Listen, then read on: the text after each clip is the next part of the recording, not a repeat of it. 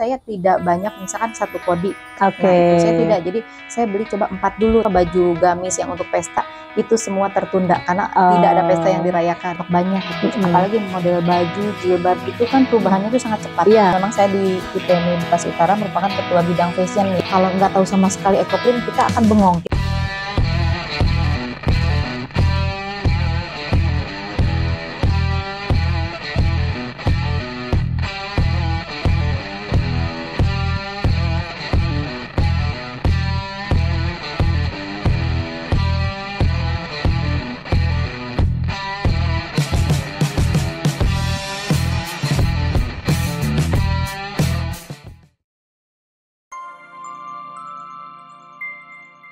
Video ini disponsori oleh PT Inovasi Sigma Perkasa, Knowledge Improvement for Dynamic Leaders. Halo sahabat DNA Pengusaha, kita jumpa lagi dalam sebuah pembahasan yang luar biasa kali ini mengenai lanjutan dari video saya yang pertama ya.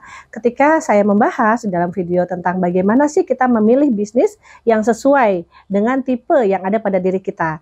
Nah, teman-teman bisa lihat ya, pakaian yang saya pakai warnanya berbeda dengan warna Bunda ya. Nah, berarti ada perbedaan karakter nih. DNA pengusahanya berbeda, Ibu Asri dengan Ibu Yeni Haryani. Ya. Terima kasih Bu Asri sudah mengundang saya di acara DNA pengusaha. Iya, oke. Saya tertarik banget dengan Bu Yeni karena karakternya itu unik ya. Bu Yeni ini dalam DNA pengusaha itu adalah tipe steadiness. Nah, steadiness itu adalah orang yang suka dengan zona nyaman. Nah, pasti orang seperti ini tuh pengennya jadi karyawan, Bunda, ya. Nah, akan sangat sulit sekali berpindah kuadran dari seorang yang jadi karyawan pada umumnya terima gaji. Dan ketika punya suami tentu saja pengennya terima juga gaji dari suami, Bunda. Tiba-tiba harus berjuang menjadi pengusaha, di mana untuk menjadi pengusaha itu karakter umumnya adalah harus mampu dan mau menerima resiko. Berarti kan zonanya tidak nyaman tuh, Bunda. Nah, kita pengen kasih tahu ke teman-teman semua, kalau seandainya situasinya teman-teman harus jadi pengusaha, sudah tidak bisa lagi jadi karyawan, mungkin karena faktor misalnya ya Bunda, faktor sudah harus mau pensiun atau kena PHK, atau misalnya karena punya anak bayi sehingga tidak bisa jadi karyawan lagi, tidak bisa terima gaji lagi. Nah, kita pengen gali nih pengalamannya Bunda Yeni. Bagaimana Bunda ceritanya kok bisa jadi pengusaha sih Bunda? Padahal secara DNA pengusahanya Bunda tuh harus sangat-sangat lama sekali dalam bidang fashion kalau Bunda mau terjun jadi pengusaha. Nah, iya, ceritanya gimana Bunda? Ya baik Bu Asri, saya awali dengan cerita saya. Waktu itu saya memilih jurusan yang ingin saya ambil ya Bu.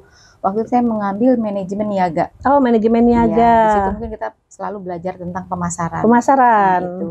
Nah, setelah saya lulus, saya mencoba kerja, tapi bukan di bidang pemasaran. Oke. Saya sebagai staf administrasi aja. Iya, administrasi. Karena memang Bunda suka dengan kerjaan-kerjaan rutin kan? Ya, betul. Karena itu adalah tipenya Bunda. Iya, mungkin ya. Cuman setelah saya menikah sama suami, saya dilarang untuk bekerja. Oh, gitu ya Bunda. Udah punya anak saat itu satu atau? Waktu itu belum punya anak saya. Saya coba pas suami ada toko, saya mencoba jualan baju anak. Oh, oke. Baju anak ya Bunda. Nah, walaupun suami sudah menyediakan sebuah toko atau ruko Bunda, tapi pengalaman saya biasanya kalau orang-orang steadiness itu masih agak ragu-ragu, maju mundur. Bener nggak sih ini bakalan laku nih jualan gitu Bunda? Iya, betul. Nah, kira-kira Bunda mengalami itu nggak? Iya Bu, makanya saya tidak terlalu banyak mengambil, awalnya kan saya maksudnya sebagai reseller ya. Oh, hanya sebagai reseller awalnya. Nah, untuk membeli itu saya tidak banyak misalkan satu kodi. Oke. Nah, itu saya tidak. Jadi saya beli coba 4 dulu, tapi berbagai macam. Kalau gitu, laku baru beli banyakan dikit gitu dan ya. Dan resiko yang saya terima juga tidak terlalu banyak karena di antara kalau satu kodi, sisa barang yang tersisanya itu kan menjadi mandek ya. Oke, nah, jadi itu di sisi saya kurang berani ya. Oke, kurang berani ya. Jadi Bunda mengukur untuk hanya menjadi reseller, tidak membuat sendiri baju tersebut. Kemudian mengambilnya pun hanya 4 potong saja supaya per model, supaya kalaupun nggak laku, ya paling tidak suami nggak marah-marah lah uangnya habis ke situ gitu ya Bunda ya.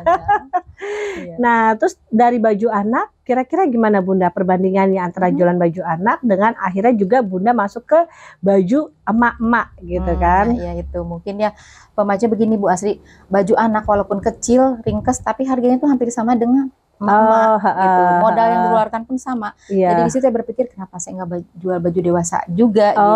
Oke. Nah saat saya mulai terjun ke baju dewasa, tiba-tiba terkena dampak COVID. Oke. Nah itu baju yang saya beli mulai dari daster, maksudnya baju gamis yang untuk pesta itu semua tertunda karena tidak ada pesta yang dirayakan. Jadi stok ya, menjadi stok ya. Oke. Di situ saya juga butuh baju daster karena saya di rumah terus tidak boleh keluar. Butuh daster, coba saya beli 4 dulu gitu. Iya. Nggak apa-apa deh, anak saya juga pakai. Iya. Nah begitu saya pakai, orang mulai tertarik, dasternya bagus gitu. Iya. Nah dari situ saya kenapa kita nggak bikin aja gitu. Nah jadi ini juga bisa menjadi sebuah ide bisnis nih Bunda buat teman-teman. Jadi kita kadang-kadang tidak sengaja gitu kan menggunakan baju-baju yang bagus ya kan. Padahal itu juga beli gitu ya. Betul. Akhirnya orang bertanya kan, karena Bunda ini temannya banyak. Iya. Relasinya banyak. Orang tuh pengen tanya ini belinya di mana. Betul. Ya udah deh kamu yang nyediainnya buat saya. Iya. Jadi sebenarnya fungsinya Bunda adalah accommodation. Accommodation itu artinya menjadi supporting buat orang-orang yang pengen punya baju itu. Iya. Jadi niat awalnya Bunda itu bukan berbisnis. Betul. Ya. Kemudian situasilah yang mendorong Bunda akhirnya menjadi pengusaha. Oke lah aku beli 4. Misalnya ada laku 1, aku dapat untung, gitu kan ya Bunda ya. Lama-lama nambah uangnya Bunda, lama-lama akhirnya tertarik ya Bunda ya, jadi pengusaha ya. Tapi kemudian apa sih yang mendorong Bunda untuk bertahan? Jadi pengusaha kayaknya enak nih gitu. Iya, menurut saya karena saya yang alami namanya baju itu kan kebutuhan apalagi ibu-ibu. Dan saya juga tidak berani menyetok banyak gitu. Apalagi model baju, jilbab gitu kan perubahannya itu sangat cepat. Iya. Misalkan hari ini modelnya lagi model pasmina. Iya. Nah itu bisa 3 bulan aja udah bisa mati. Iya, ganti lagi. Ya, jadi saya selalu mengikutin apa sih maunya ibu-ibu ini apa. Dari bros, aksesoris. Jadi saya seperti itu ngikutin aja. Iya. Nah tapi pada saat itu Bunda belum terfikirkan untuk bikin baju sendiri ya Bunda ya. Itu belum, hanya mendistribusikan barang misalnya dari pasar Tanah Abang, bagaimana Bunda beli atau dari pasar-pasar yang lain gitu ya, atau bahkan mungkin ada toko besar di Bandung Bunda beli gitu ya, bisa, bajunya kemudian ini lagi model nih gitu kan. Tapi Bunda bukan yang menciptakan sebuah tren ya, betul. Dan juga tidak mau merancang-rancang baju cara merancangnya bagaimana belum terfikirkan ya Bunda ya. Nah sampai satu peristiwa Bunda merasa wah COVID lama banget nih ya Bunda ya. Betul. Dan hampir setiap hari pakainya daster. Nah ini luar biasa ya pengalaman kita. Pasti banyak deh teman-teman kita di Facebook, di mana ya 1 tahun yang lalu tuh kan jualan daster, teman kita yang ini jualan daster. Betul. Kok banyak banget yang jualan daster. Nah ternyata Bunda mengambil momentum jualan daster, tapi Bunda membuat sendiri dasternya. Betul. Dan saya mengambil temanya bordir. Nah itu pun ada sejarahnya. Ada sejarahnya ya. Biasanya kan harga dasar cuma 40.000 gitu ya. Dan dari misalnya kita sebut batik Pekalongan apa. Nah kalau Bunda dasternya beda nih. Kayaknya agak berbau-bau aroma apa? Melayu. Gimana Bunda? Nah begini Bu Asri, saya kan kebetulan juga merupakan binaan dari Dinas Koperasi Bekasi ya. Nah waktu itu ada cluster fashion, ada Mamin, nah, makanan minuman. Iya betul, kata kepala dinasnya, kenapa nggak dibikin cluster bordir? Bordir, gitu. Jadi Bunda sempat belajar ya? Iya, jadi kita itu punya komunitas khusus bordir. Dengan menghasilkan akhirnya daster bordir khas Bekasi.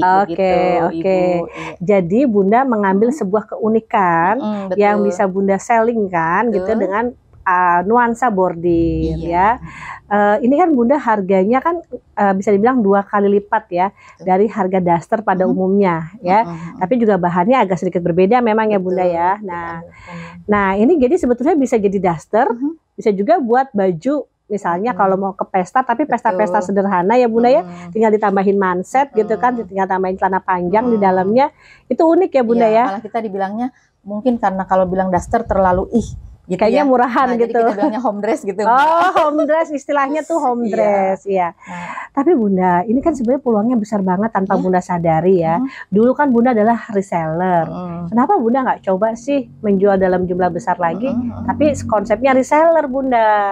Gitu. Jadi nanti Bunda punya reseller di Lampung, Bunda punya reseller di Padang gitu. Bunda pernah nggak sih melakukan riset kecil gitu loh, bahwa yang model kayak gini tuh bahkan mungkin diekspor pun bisa loh Bunda. Iya, ini saya lagi mencoba itu. Kebetulan saya juga ikut komunitas UIN ya. UIN. Mereka minta katalognya, udah saya kirim katalognya. Kebetulan ketuanya lagi sedang di Amerika gitu. Jadi di sana punya galeri. Nah, kita mencoba usaha ke situ. Bisa ke Amerika kan Bunda ya? Karena kalau desain batik ya, bordir seperti ini lebih apa, pokoknya sangat-sangat dihargai lah gitu ya kalau di luar negeri gitu ya, karena mereka merasa ini tuh natural gitu ya nuansanya, dan mereka nggak bisa dapet di sana dengan harga yang mungkin agak sedikit murah ya, bisa dibilang ya. Oke. Nah teman-teman, Bunda ini sampai sekarang masih terus belajar ya. Aku lihat Bunda tuh komunitasnya banyak banget ya, komunitas pengusaha yang Bunda ikuti ya. Misalnya komunitas pengusaha apa Bunda? Saya di IPMI juga IPMI Ikatan Pengusaha Muslim Indonesia untuk Bekasi Utara. Muslimah ya, muslimah ya. Jadi banyak sekali ikatan pengusaha muslimah dengan nama berbagai macam gitu ya, di Bekasi, di sekitar Jakarta dan lain sebagainya. Bunda tuh suka ikut ya Bunda ya? Iya. Karena memang saya di IPMI Bekasi Utara merupakan ketua bidang fashion ya. Nah Bunda pernah sadar atau tidak sadar Bunda, sebetulnya dalam DNA pengusahanya Bunda ya, salah satu hal keunggulan Bunda untuk jadi pengusaha, dalam DNA pengusaha itu Bunda memang harus dalam sebuah komunitas. Jadi ibaratnya nih ada tanah ya Bunda ya. Kalau tanahnya kering, maka Bunda akan kering ya. Tapi kalau komunitas ini bagus, membimbing Bunda gitu, maka Bundanya juga akan subur. Nah sebetulnya DNA pengusahanya itu akan mengatakan seperti itu tentang Bunda. Gitu. Jadi kalau Bunda terus aktif di berbagai komunitas-komunitas, itu adalah sebetulnya peluru yang bisa membuat Bunda subur terus gitu ya. Makanya saya lihat Bunda juga kalau ada pameran-pameran ya Bunda ya, ada pameran-pameran, karena biasa kalau komunitas kan begitu cara kerjanya. Dalam sebuah komunitas ada suka pameran 3 bulan sekali komunitas A, nanti 3 bulan lagi komunitas B pameran. Nah Bunda selalu ada tuh di situ. Akhirnya Bunda juga kenal kan sama pasti adalah orang-orang yang penggagas UMKM di sebuah provinsi. Akhirnya Bunda ketemu sama pejabat-pejabat, katakanlah dengan ibu negara lah, katakanlah seperti itu ya Bunda ya. Nah nanti kita bisa lihat nih bagaimana sepak terjangnya Bunda Yeni ya dalam memasarkan produk buatan sendiri, home dress ya Bunda ya. Oke. Nah Bunda, tapi gini Bunda, dalam tipe di DNA pengusaha ini, Bunda kan penampilannya kita lihat ya, jilbabnya warnanya coklat, bajunya abu-abu. Saya bisa prediksi bahwa Bunda dalam kesehariannya selalu seperti ini. Artinya Bunda tidak berani pakai baju yang warnanya pinky, dari atas sampai bawah, sampai tas, sampai sepatu itu semuanya warna pink. Karena itu bukan gue banget, betul nggak Bunda? Nah, Bunda kan udah isi tuh tes DNA pengusaha kemarin yang 24 soal kan Bunda ya, ya kan? Nah, tadi terlihat tuh pola gambarnya Bunda tuh. Nah, saya lihat Bunda itu kalau di grafik 3, kalau istilah kami, itu adalah tipe steadiness compliance. Jadi Bunda juga ada compliance-nya. Makanya Bunda pun sebenarnya kalau nanti suatu saat mau belajar bordir pun bisa. Cuma memang tidak seapik, tidak seindah kalau orang-orang compliance yang tinggi compliance-nya yang melakukannya. Betul ya Bunda ya. Nah kebetulan juga Bunda kan nggak jago masak nih, karena Bunda bukan orang compliance. Jadi Bunda tuh untuk menciptakan resep-resep masakan yang unik juga mikirnya 1000 kali. Susah lah Bunda. Nah tapi Bunda punya 2 karakter yang kuat, yaitu steadiness dan compliance ya. Nah ini adalah 2 tipe yang sebetulnya adalah orang yang pasif Bunda.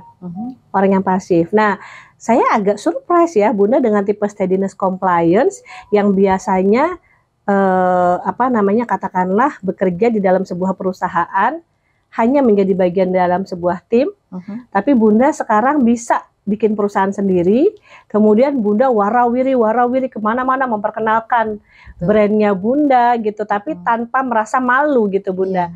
Itu pasti sebuah perjuangan dong Bunda, karena itu bukan karakter gue banget sebetulnya. Iya kan? Iya kan? Karakter itu tumbuh karena mungkin Bunda punya banyak sahabat ya Bunda, yang mungkin sudah ada di dunia pengusaha, sehingga Bunda merasa kalau sahabat gue bisa, gue juga harus bisa. Sahabat gue yang ini bisa, gue juga harus bisa. Jadi Bunda itu tipe orang yang energinya didapat dari luar, dari komunitas tadi. Bunda punya sahabat-sahabat yang itulah yang membuat Bunda kayak punya target. Ya, sebetulnya Bunda sendiri mungkin nggak pasang target. Betul ya Bunda? Oke. Ya jadi teman-teman nggak usah khawatir ya. Ternyata dengan tipe steadiness, kalau di dalam penjelasan saya sebelumnya, biasanya dia perlu pengalaman hidup itu 10 tahun di bidang yang sama. Misalnya Bunda katakanlah karyawan di sebuah katakanlah perusahaan tiki, ya kan?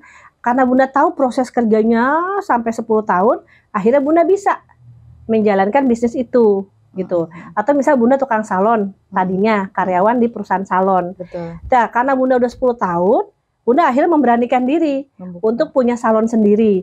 Tapi kalau Bunda baru satu tahun saja di situ, tiba-tiba Bunda harus jadi pengusaha, itu belum berani.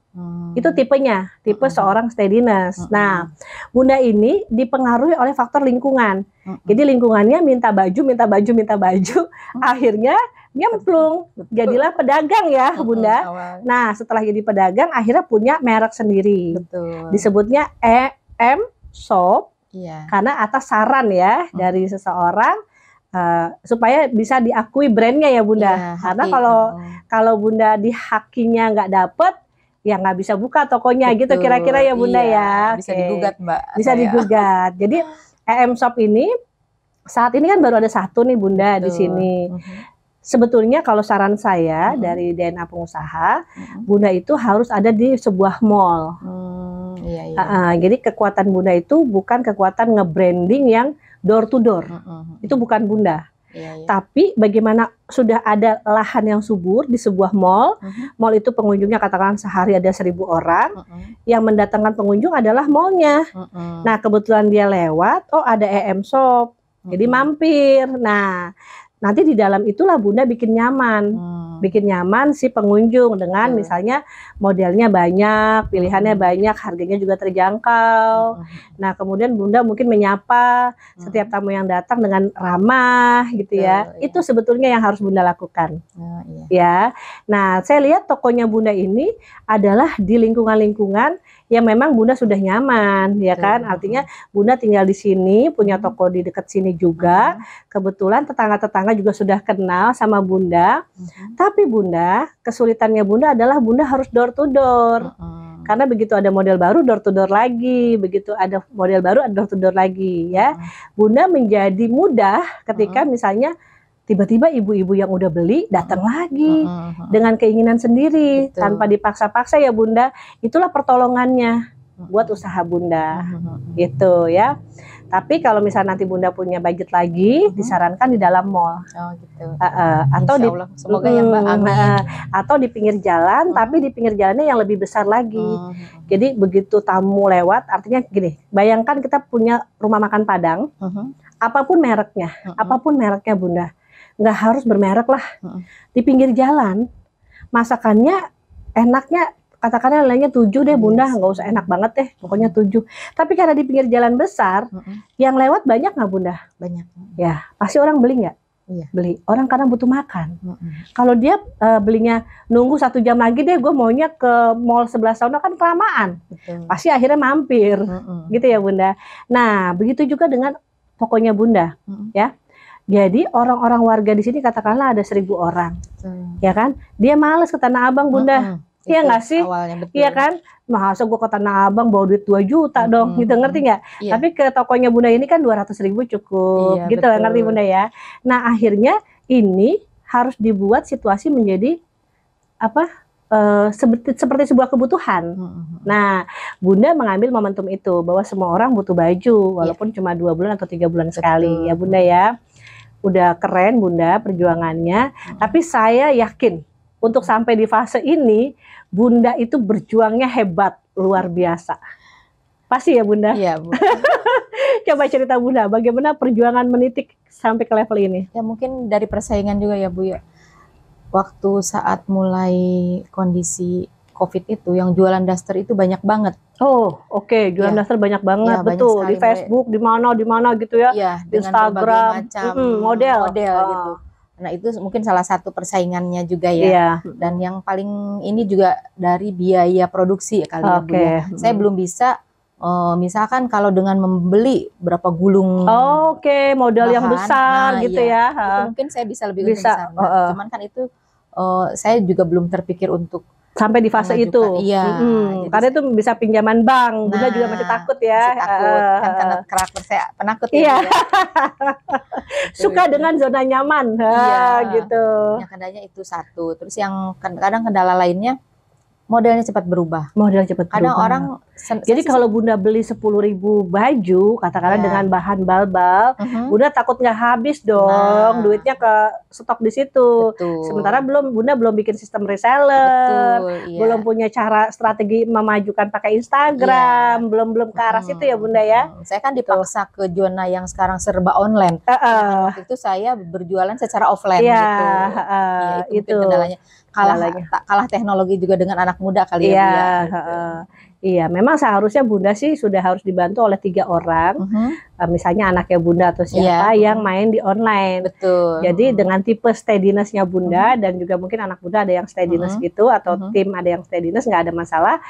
Kita mainnya berarti salah satunya adalah di toko-toko yang sudah tersedia semuanya Bunda. Jadi di situ mereka lah yang ngebangun brandingnya, ya kan. Bunda tokonya ada nyempil di situ satu, tapi nanti disarankan kalau dalam teorinya Bunda harus punya 10 toko. Gitu kan. Nah mungkin Bunda bingung kan, masuk ke fase itu kan. Nah maka dari itu Bunda sekarang lebih nyaman dengan masuk di komunitas. Iya, ya. Betul. Jadi Bunda eksis di komunitas, brandnya Bunda maju di situ, pelan-pelan dibimbing oleh koordinator dari komunitas tersebut. Kemudian Bunda bisa ketemu sama Ibu Wakil Wali Kota mungkin, atau dengan siapa pejabat-pejabat. Jadi Bunda eksisnya dengan cara seperti itu ya Bunda ya. Karena ini kan kontinu ya. Kayak seperti ini komunitas di Bekasi itu kan banyak Mbak. Setiap tahun pasti ada beberapa yang membuat kayak pelantikan komunitas. Nah mereka kadang mengadakan bazar. Nah walaupun bazarnya kecil dan 1 hari, tapi kan yang datang pejabat semua yang diundang dari komunitas ini ketuanya. Kadang Bapak Wali Kota PLT kadang. Nah jadi coba karena Bunda produknya di harga 100 ribuan, jadi Bunda juga mungkin percaya diri. Iya nggak sih? Seandainya Bunda satu produk 500 ribu, mungkin Bunda lebih pusing daripada hari ini. Betul Bu.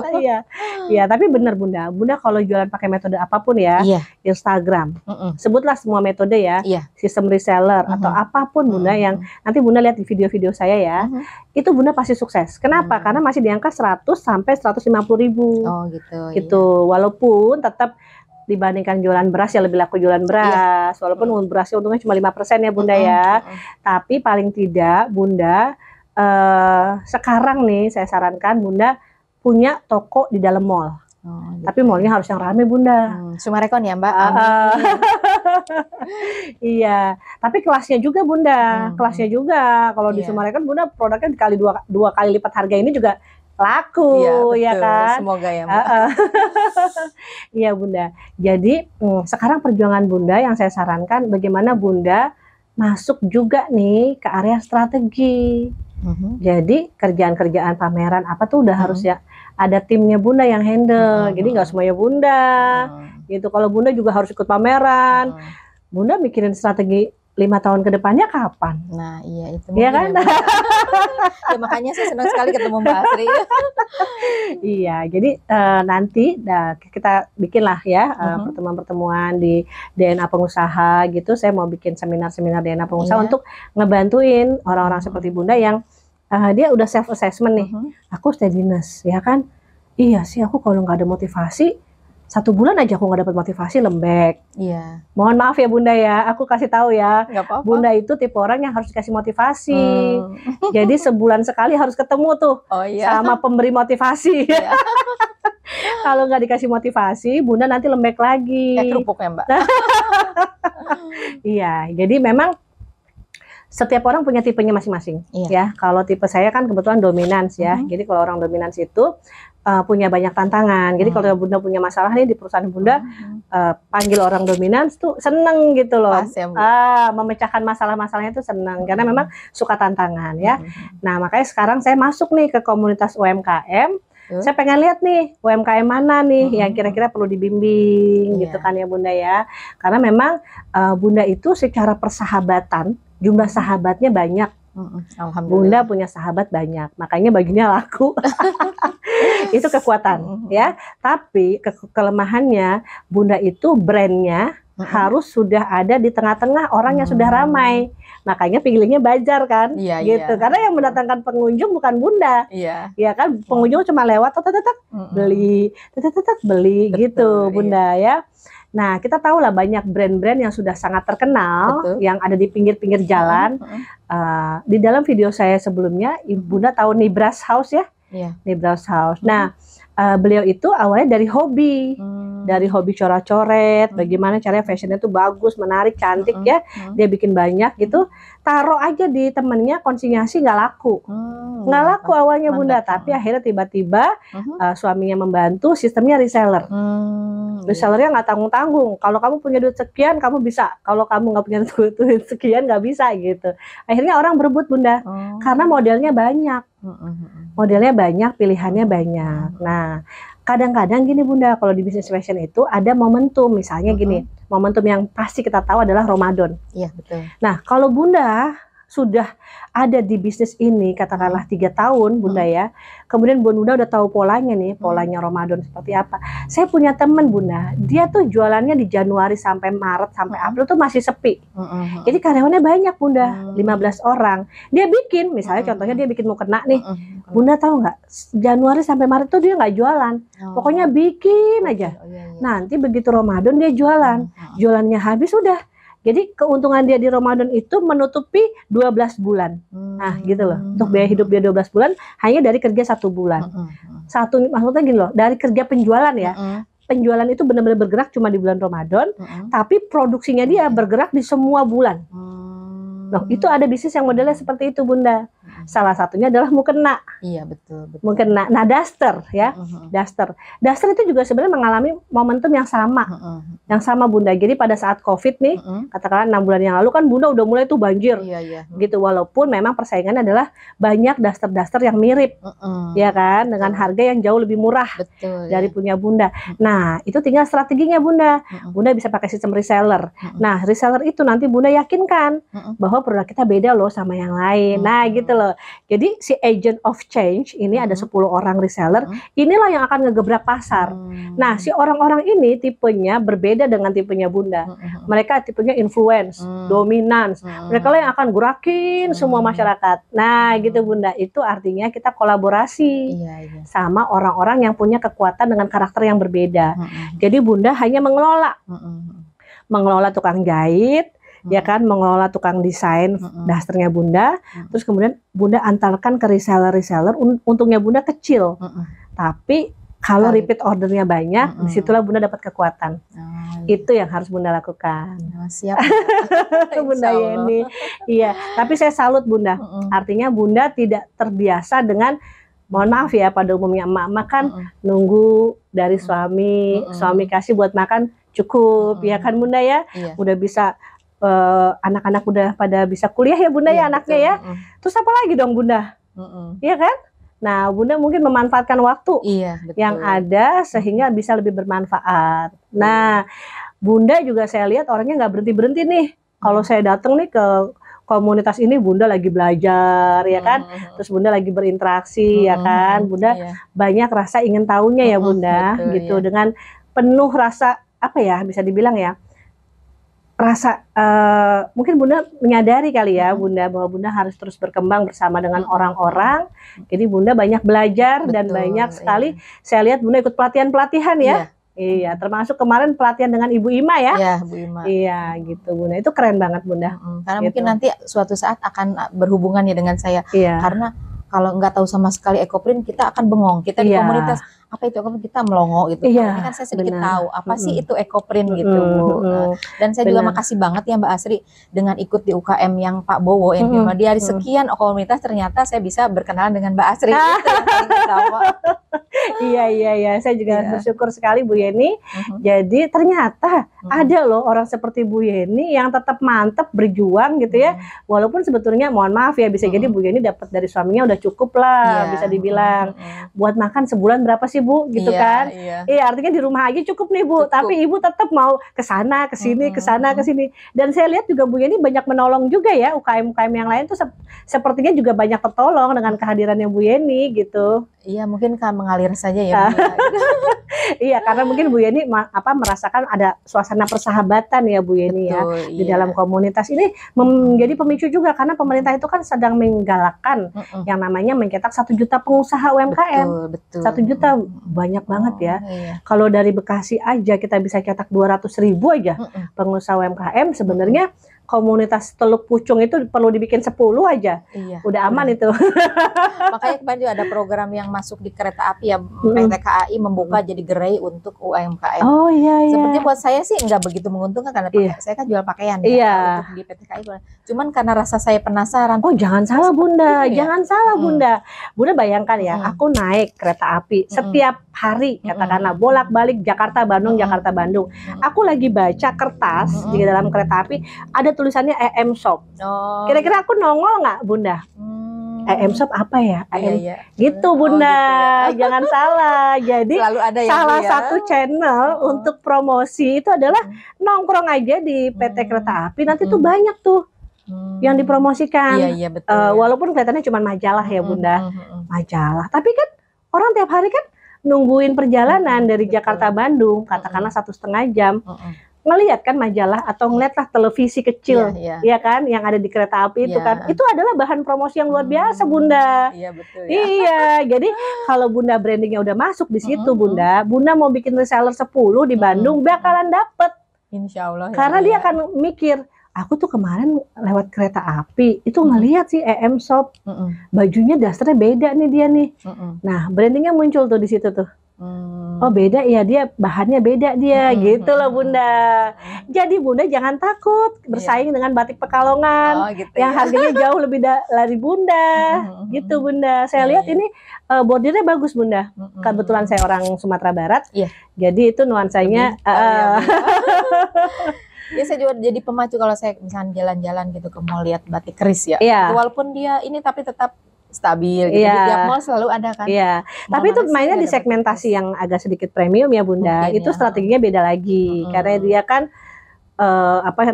kualitas. Dia main di kualitas kemudian di branding gitu kan. Dan kebetulan mungkin dari awal dia berkiprah sudah kenal dengan pejabat-pejabat Bunda. Jadi nanti kapan ya bisa begini gitu. Iya, tapi nggak apa-apa Bunda, pelan-pelan. Bunda kalau misalnya ada promosi di katakanlah ya di Lion Air. Pesawat ya Bunda, nggak apa-apa masuk Bunda, walaupun hitung-hitungan dulu lah ini budgetnya berapa ya gitu. Terus misalnya katakanlah ada satu aplikasi nih kayak model Gojek nih, ya kan Gojek kalau kita buka ada iklan misalnya dari Telkomsel misalnya, ya wajar lah Telkomsel maka ya nggak. Nah tapi kalau tiba-tiba gitu ada UMKM di situ muncul brandnya, kan keren Bunda. Jadi yang tadinya orang berpikir Bunda ini UMKM, lama-lama udah bukan UMKM lagi Bunda.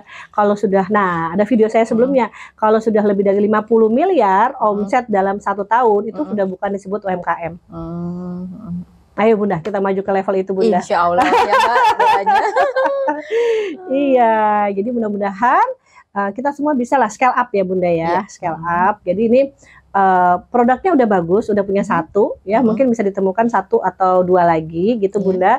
Kemudian bisa dibikin sistem reseller. Mungkin saran saya bisa tambah mukena Bunda. Oh gitu ya. Mukena. Jadi mukenanya mirip-mirip sama ini, berwarna tapi ya Mbak ya. Bordir. Bordir. Mukena kan murah Bunda, mukena. Apalagi kan berapa bulan lagi nih kita mau Ramadan kan? Siap, idenya bagus juga.